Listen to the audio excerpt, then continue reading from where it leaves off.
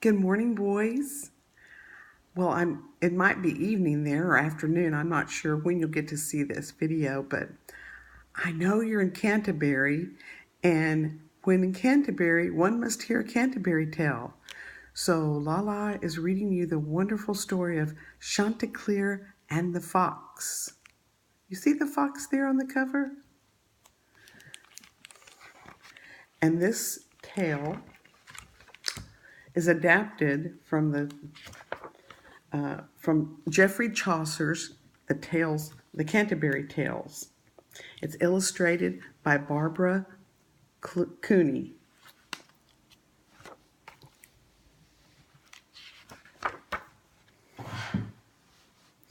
Once upon a time, a poor widow getting on in years lived in a small cottage beside a grove which stood in a little valley.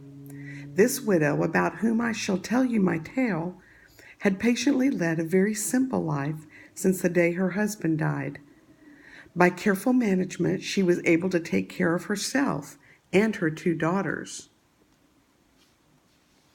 You can see they live by a forest. She had only 3 large sows, 3 cows, and also a sheep called Molly.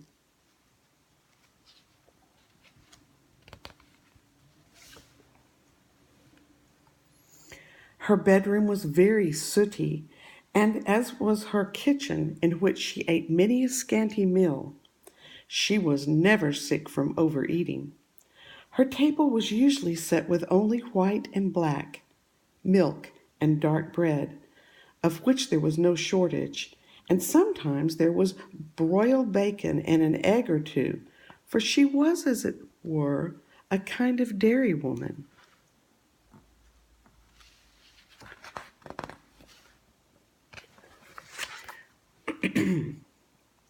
She had a yard fenced all around with sticks, in which she had a rooster named Chanticleer. For crowing there was not his equal in all the land. His voice was merrier than the merry organ that plays in church, and his crowing from his resting place was more trustworthy than a clock. His comb was redder than fine coral, and turreted like a castle wall. His bill was black and shone like jet, and his legs and toes were like azure. His nails were whiter than the lily, and his feathers were like burnished gold. See his turreted head.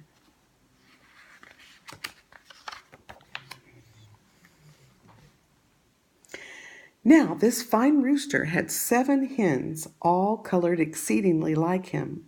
The hen with the prettiest throat was called Fair Damoiselle Parlette.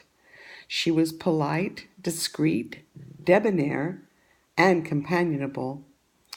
And she had conducted herself so well since the time that she was 7 days old that truly she held the heart of Chanticleer all tightly locked.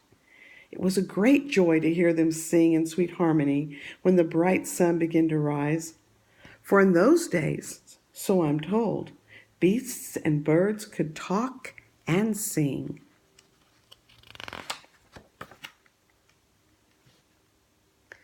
And so it happened one day at dawn, as Chanticleer sat on his perch, surrounded by the hens, that he began to groan in his throat, like a man troubled by his dreams.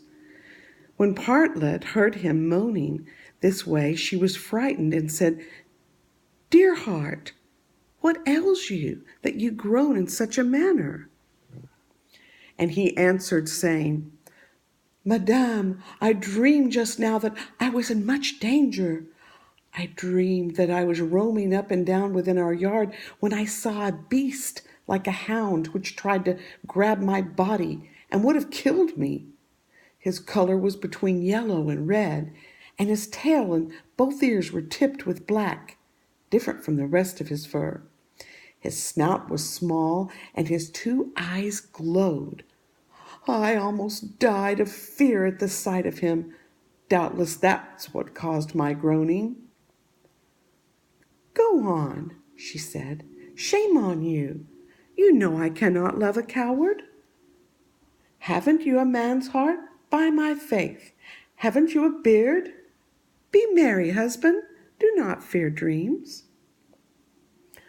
Ah, thank you, Madame Partlet, he said, for your learned advice. I do say that when I see the beauty of your face, all scarlet red about the eyes, my fears die away. And with these words he flew down from the rafter along with all the hens, for it was day. With a clucking he called them all to some grain which he found lying about the yard. He was as regal as the prince in his palace, and was no longer afraid. He looked like a lion as he roamed up and down on his toes. He barely set foot to earth. Chanticleer, walking in all his pride, with his 7 wives beside him, cast up his eye at the bright sun. He crowed a happy voice. Listen how happy the birds sing, and how the fresh flowers grow. My heart is full of gaiety and joy. But suddenly a sorrowful event overtook him. Ooh, look. A fox, tipped with black and full of sly wickedness, had lived in the grove 3 years. That same night he burst through the hedges into the yard where fair Chanticleer and his wives were in the habit of going. And this fox lay quietly in a bed of herbs until almost noon of that day. Partlet, with all her sisters nearby, lay merrily bathing in the sand with her back to the sun, and the lordly Chanticleer sang more joyfully than the mermaid in the sea. Now it happened that as he cast his eye upon a butterfly among the herbs, Chanticleer became aware of the fox lying low. He had no desire to crow then, but at once cried, "Cock, cock, cock, cock," and started up like a man frightened in his heart. And he would have fled at once if the fox had not said, "My dear sir, alas, where are you going? Are you afraid of me, your father's friend? The reason I came was only to listen to you sing, for truly you have as merry a voice as any angel in heaven. My lord, your father, God bless his soul, and also your courteous mother did me the great honor of visiting my house. Except for you, I have never heard anyone who could sing as your father did in the morning."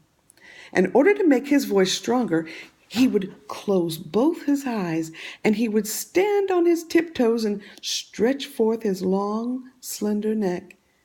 "Now sing, sir, for holy charity. Let's see whether you can sing as well as your father." Chanticleer began to beat his wings. He stood high on his toes and stretched out his neck, closed his eyes, and crowed loudly. At once the fox jumped up, grabbed Chanticleer by the throat, and carried him towards the wood. Alas, that Chanticleer flew down from the rafters.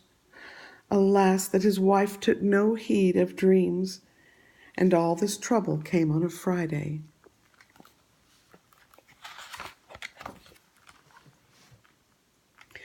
Such a cry was never made as was made by all the hens in the yard when they saw Chanticleer captured. The poor widow and her 2 daughters heard the woeful cries of the hens and at once ran out of doors. They saw the fox going toward the grove, carrying away the rooster. "Help! Help! Woe is me! Look, a fox!" they screamed, and ran after him.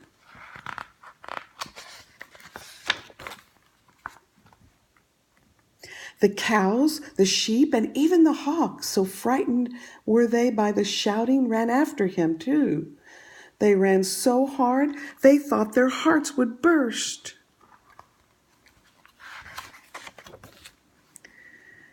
The neighbors' ducks quacked as if they were to be killed, and their geese from fear flew over the trees. The noise was so terrible that the bees swarmed in their hive. It seemed that all of heaven would fall. There are the bees.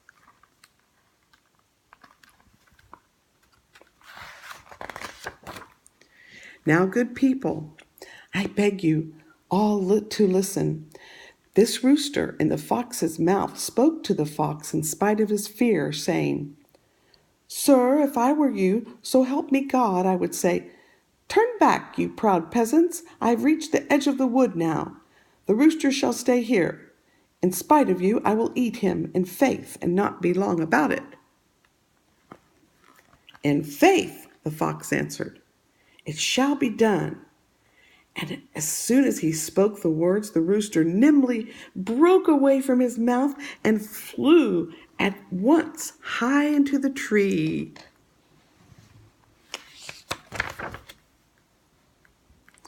When the fox saw the rooster was gone, he said, "Alas, oh Chanticleer, alas, I have done you a bad turn. I frightened you when I grabbed you and took you out of the yard. But, sir, I did it without evil intention. Come down, and I shall tell you what I meant." "Nay, then," said Chanticleer, "never again shall you with your flattery get me to sing with my eyes closed. For he who closes his eyes when he should watch, God let him never prosper." "No," said the fox, "but God bring misfortune to him who's so careless about his self-control as to prattle when he should hold his peace." "See," said the widow as the fox slunk into the grove, "that is the result of trusting in flattery." And she marched with her dear Chanticleer, her daughters, and her flock back to the yard in the little valley. Chanticleer is safe.